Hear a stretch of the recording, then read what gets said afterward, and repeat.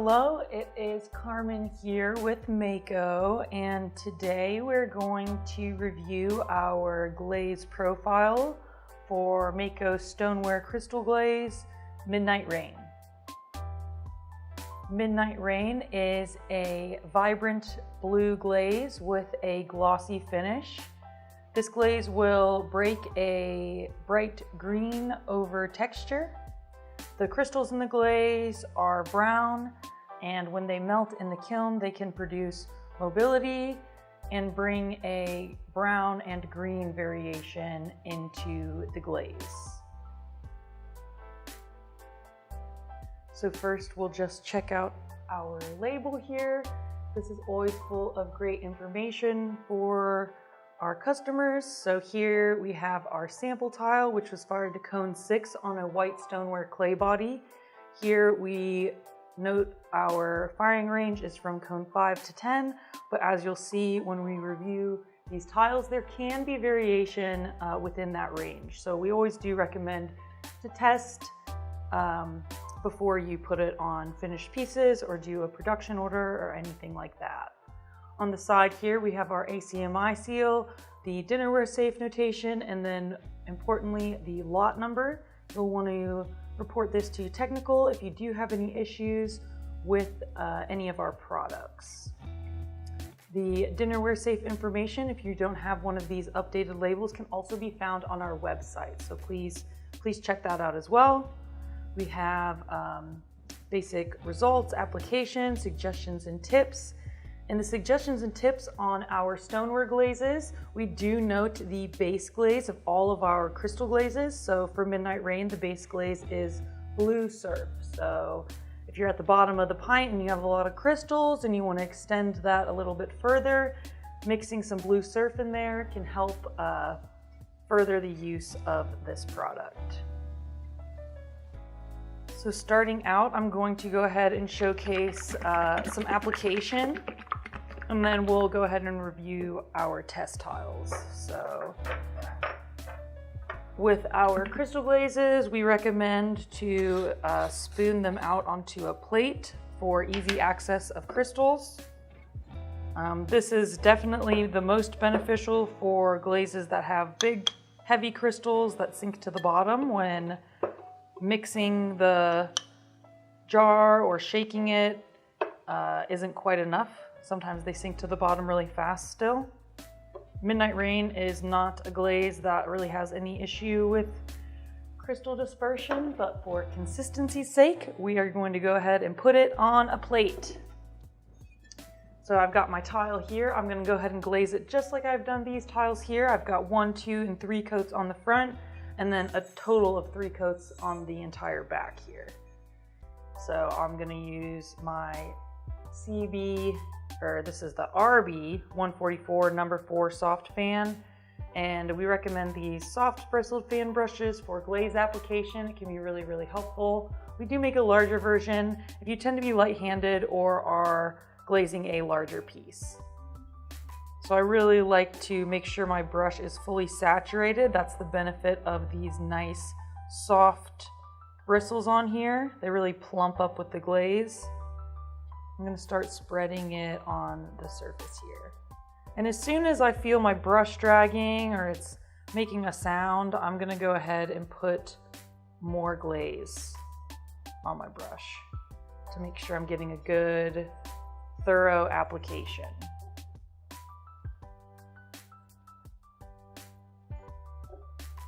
Midnight Rain's not a color that we really have a lot of issues with going on too thin. It brings a lot of punch, even if it is a little bit thinner of an application. But if you want some of that juicy mobility and melting that happens, you'll want to make sure to put on some heavier coats. So there's 1 coat. You can see it's taking a second to dry, not too long, but we still do have some wet spots on it. So if it's drying immediately, you might want to be putting it on a little bit thicker. So to start, we're going to check out our cone 6 tile, because this is how we display Midnight Rain in all of our marketing material. So here we've got 1, 2, and 3 coats. You can see that this glaze is a bit mobile when you're using it at 3 coats. So you might want to be a little bit careful if you're glazing an entire piece with it, especially if it doesn't have texture or anything to catch at the bottom. You may want to recede your coats in those instances. You can see here, 1 coat, you're getting a lot of the green, and you can see those crystals pretty well in there. 2 coats, you can see the crystals, but it's still blue. We're breaking green over texture. And then 3 coats, we're still breaking green over texture, and the crystals kind of get lost in the glaze with that mobility. And so here we've got 3 coats on the back. This glaze is beautiful. It's got a nice glossy finish, and these crystals bring some nice color variation. So we've got cone 6 here, and we're going to compare that to cone 5. So cone 5, it looks like basically you can tell there's less heat work. So the finish is still really, really nice, but you have a little bit more definition with those crystals because they're not quite melting as much. So you can see kind of how this is a little bit more developed than this, but the performance is a bit similar. You see the crystal definition in your green, a little bit less definition than here, and you're getting the striations. And then here you have a lot of striations with 3 coats, but since it didn't get a little bit hotter, it's not all melting together like it is on the cone 6 sample. So here's a great side by side here as well. So we got cone 5 and cone 6, 3 coats. All right, so we can go ahead and add another coat onto our tile here. So this, like I said, will be glazed just like these tiles. Scooping up that glaze.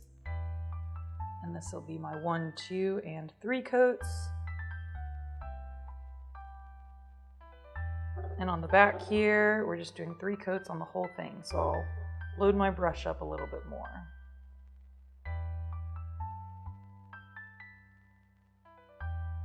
All right, so this will take a bit longer to dry since we've got the piece saturated already. So I'm gonna set this to the side while I discuss our other firing results. So next here, we'll check out our cone 10 reduction. So since this glaze is pretty mobile, I recommended receding coats on the cone 10. So here you can see I've only got 1 coat, and we did have a little bit of buildup here. It didn't run quite as much as I thought, but definitely good to be prepared.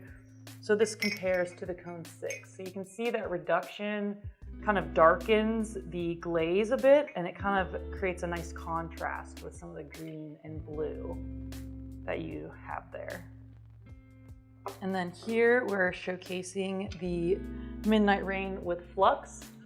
So here we've got light flux and here we've got dark flux. There's a slight variation between these 2 colors, but they really brighten up the glaze, whether it's light or dark.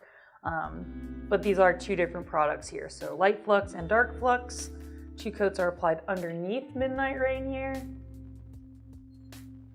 And then on the back here, we've got 2 coats applied on top of Midnight Rain. So both produced a lot of mobility. I stopped my glaze all the way up here because I know Midnight Rain's mobile, and the flux adds mobility, so I knew it was going to run a lot. The back seemed to run more than the front, so applying the flux on top seemed to run more, but you kind of get more of these striations that are happening here. So we do have the mobility of all of our stoneware glazes listed in our comprehensive stoneware guide. This can be found under the resources link on our website. It's really, really helpful for if you're new to a glaze and you want to know if you need to be careful applying it, if you can be generous with all 3 coats. That's a really helpful resource while you're learning how our glazes fit into your personal studio practice. And then here we're going to showcase the cone 10. So we've got cone 10 flux over Midnight Rain, and here's cone 6 flux over Midnight Rain. So that really darkens it up, and it kind of gets a little bit muddy with the results here. I do like these, the color variation that happens on the edge there. It's kind of cool how it highlights it there, but we've got light flux and dark flux here.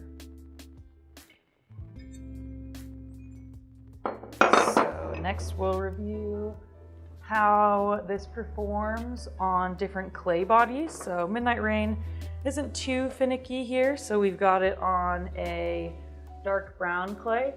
So all of these were fired at cone 6 with a 10-minute hold. And we do 10-minute holds on the alternative firing bodies because it really helps prevent surface issues. A lot of the time, the different raw materials in these clays can cause outgassing, which causes pinholes.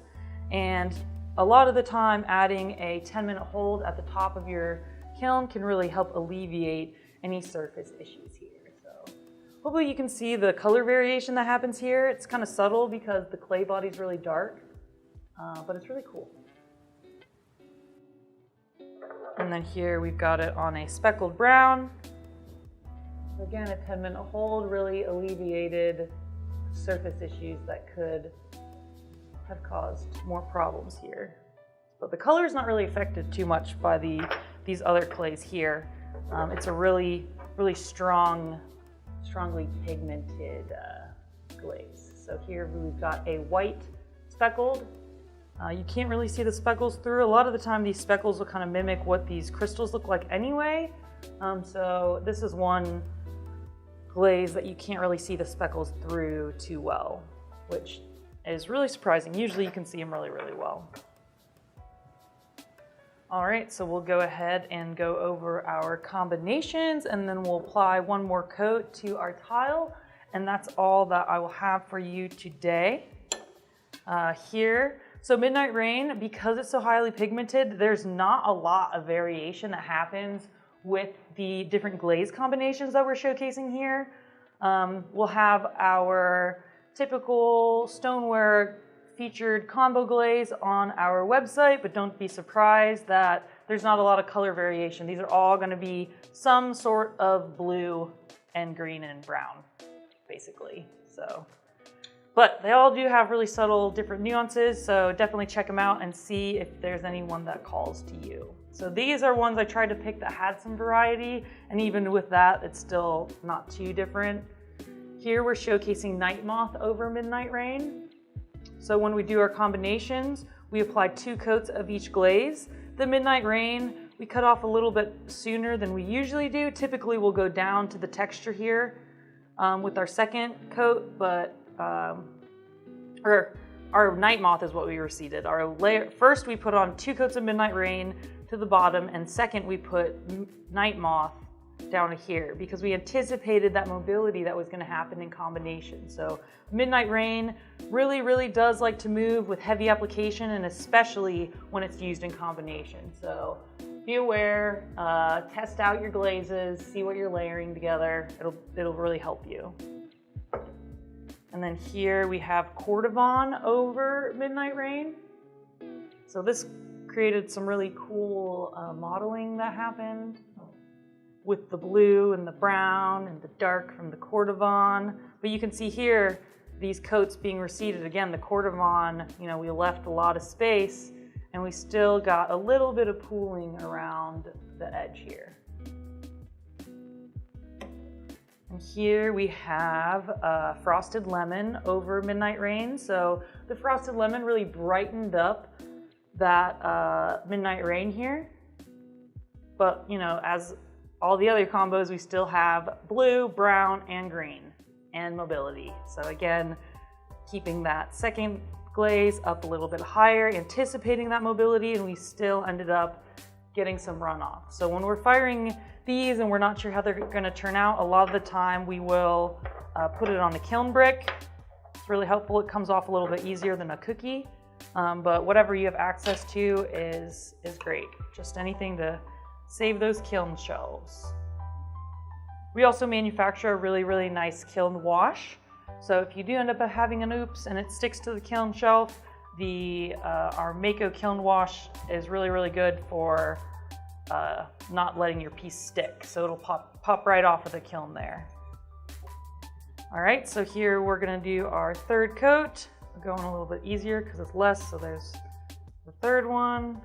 And so this third coat, I'm gonna stop a little bit early because like I said, Midnight Rain can produce a decent amount of mobility. So I'm gonna account for that mobility by taking that third coat a little bit higher than I took the other 2 coats. So this is an example of reseeding your coats. You could reseed all of your coats or just the last one. I kind of like having the 2 coats down here because then you don't end up where it looks really obvious that you've reseeded the coats. A lot of the time this will flow down and kind of make up for that space. So I think that is all that I have for you today. Thanks so much for tuning in today, and I hope you feel more educated about our stoneware crystal glaze, Midnight Rain. As always, please drop questions in the comments. We love hearing what your inquiring minds are thinking. So thanks so much again, and as always, make it Mayco.